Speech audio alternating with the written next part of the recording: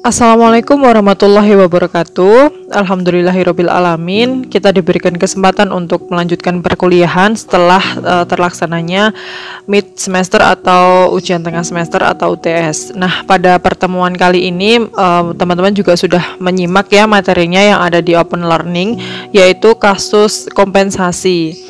Nah, tiba saatnya minggu ini yaitu pembahasan kasus dari PT Ruyung. Di sini teman-teman masih ingat ya materi apa saja yang ada di kompensasi. Dari kompensasi itu sendiri teman-teman sudah mempelajari apa itu pengertian dari kompensasi, kemudian jenisnya dan manfaatnya, kemudian ada juga integrasi, apa itu integrasi, kemudian tujuannya seperti apa, dan ada manajemen konflik. Nah, tiba saatnya ini adalah pembahasan kasus PT Ruyung. Nah, di sini teman-teman bisa menyimak juga ya, bahwasanya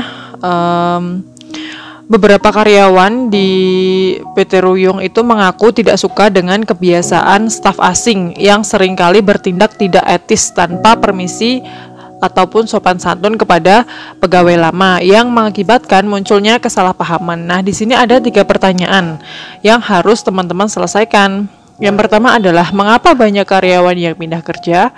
Kemudian apa saja seharusnya program manajemen sumber daya manusia yang tepat untuk mencegah atau mengurangi karyawan pindah kerja? Dan yang ketiga adalah apa bentuk program manajemen sumber daya manusia yang seharusnya diterapkan untuk mencegah konflik yang disebabkan kebiasaan dari staf asing tersebut. Kita ulas satu persatu ya teman-teman.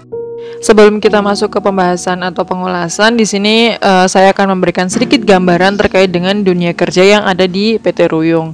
Nah, PT Ruyung ini merupakan sebuah perusahaan di mana bergerak dalam bidang penyalur tenaga kerja ke luar negeri atau yang disebut dengan outsourcing. Di sini ada beberapa negara yaitu seperti Australia, Malaysia, Singapura, Dubai yang sekarang sedang menjalin kerjasama dengan Korea.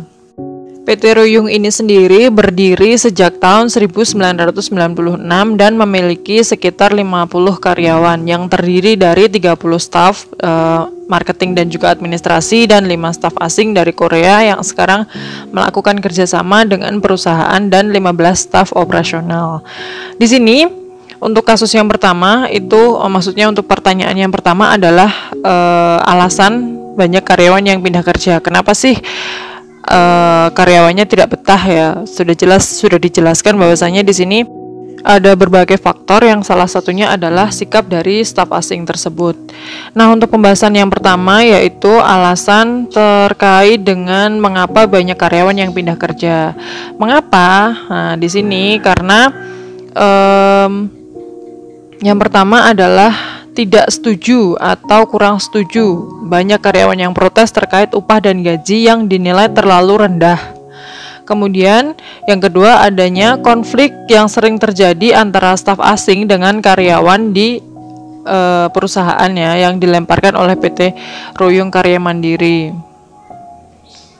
Kemudian yang ketiga adalah staf asing bertindak tidak semestinya atau semena-mena atau mengeksploitasi karyawan. Nah, sudah paham ya di sini dampaknya bahwasanya mengeksploitasi itu sangat-sangat tidak baik atau merugikan, baik merugikan perusahaan maupun merugikan dari karyawan itu sendiri. Karena apa? Di sini seolah-olah dia bekerja tidak sesuai dengan apa yang seharusnya dikerjakan karena adanya perintah dari staf asing tersebut. Nah, seperti itu. Yang kedua adalah apa saja yang seharusnya program yang diterapkan oleh manajemen sumber daya manusia yang dapat mencegah atau mengurangi perpindahan karyawan. Nah, apa saja programnya?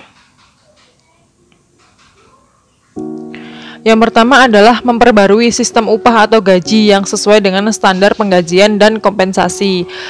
Untuk sistemnya sendiri ini tergantung dari perusahaan. Mau seperti apa kan perusahaan tentunya akan mengikuti peraturan yang berlaku di daerahnya masing-masing.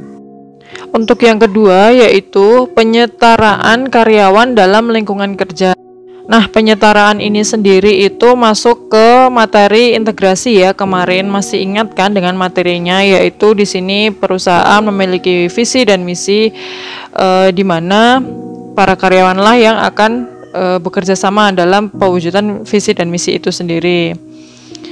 Jadi maksudnya penyetaraan ini bisa juga diartikan untuk staf asing dan staf biasa itu seharusnya memiliki hak yang sama. Jadi staf asing tidak mengeksploitasi hak dari karyawan biasa. Maksudnya bukan asing. Yang ketiga adalah pemberian promosi jabatan terhadap karyawan yang berprestasi. Ini seringkali dilakukan oleh perusahaan untuk mempertahankan karyawan-karyawan yang memiliki prestasi baik atau bisa disebut dengan performa yang baik.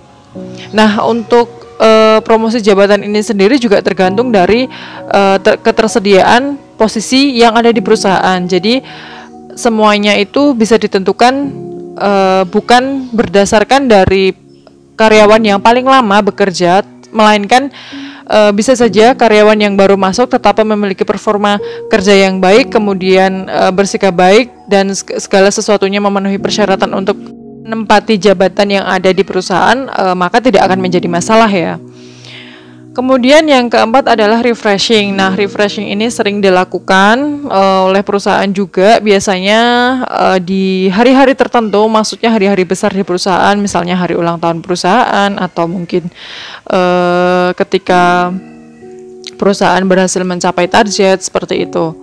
Ini penting dilakukan ya, agar karyawan sendiri tidak merasa bosan dalam situasi kerja yang mungkin terdapat tekanan-tekanan di dalamnya, seperti itu. Nah, yang selanjutnya adalah pembahasan kita yang ketiga, itu bentuk program manajemen sumber daya manusia yang harus diterapkan untuk mencegah konflik yang disebabkan kebiasaan staf asing. Nah, di sini tadi kan dijelaskan staf asing itu bersikap tidak semestinya atau semena-mena kepada karyawan yang lain. Nah, lalu apa yang harusnya diterapkan, yaitu membentuk sebuah program manajemen konflik guna mengendalikan kondisi yang tidak berkesesuaian antara berbagai pihak dalam perusahaan dengan menciptakan kondisi integrasi atau persamaan kepentingan antara tenaga kerja dengan organisasi. Ini baik tenaga kerja asing maupun tenaga kerja lokal. Nah, ini bisa juga masuk ke materi integrasi yang mungkin teman-teman bisa mengulas kembali materinya seperti apa. Alhamdulillah sudah selesai untuk pembahasan kasus PT Ruyung. Mungkin di sini teman-teman mempunyai jawaban yang berbeda, tidak antara satu dengan yang lain tidak sama. Tidak masalah, itu tidak menjadi suatu permasalahan yang berarti ya, karena di sini setiap jawaban yang teman-teman berikan itu merupakan pendapat dari teman-teman. Jadi jawaban itu tidak ada yang salah. Jawaban itu semuanya benar. Hanya saja di sini saya menarik sebuah kesimpulan dari kasus ini dan bagaimana sebaiknya dalam penyelesaian kasus ini, seperti itu. Jadi tetap semangat buat teman-teman. Saya menghargai sekali kejujuran dari teman-teman. Apabila teman-teman bersedia untuk mengerjakan secara jujur, maka saya akan berterima kasih sekali kepada teman-teman ya, dan harap untuk dipertahankan. Jadi seperti apapun bentuk dari jawaban teman-teman, sesingkat apapun, saya akan tetap menghargai jawaban yang jujur, seperti itu. Alhamdulillah, terima kasih atas perhatian yang teman-teman berikan dalam perkuliahan ini. Tetap semangat dalam menjalani perkuliahan. Sampai jumpa di pertemuan berikutnya. Akhir salam dari saya. Mohon maaf apabila ada kesalahan dalam penyampaian materi. Semoga teman-teman senantiasa diberikan kesehatan oleh Allah Subhanahu wa taala. Wassalamualaikum warahmatullahi wabarakatuh.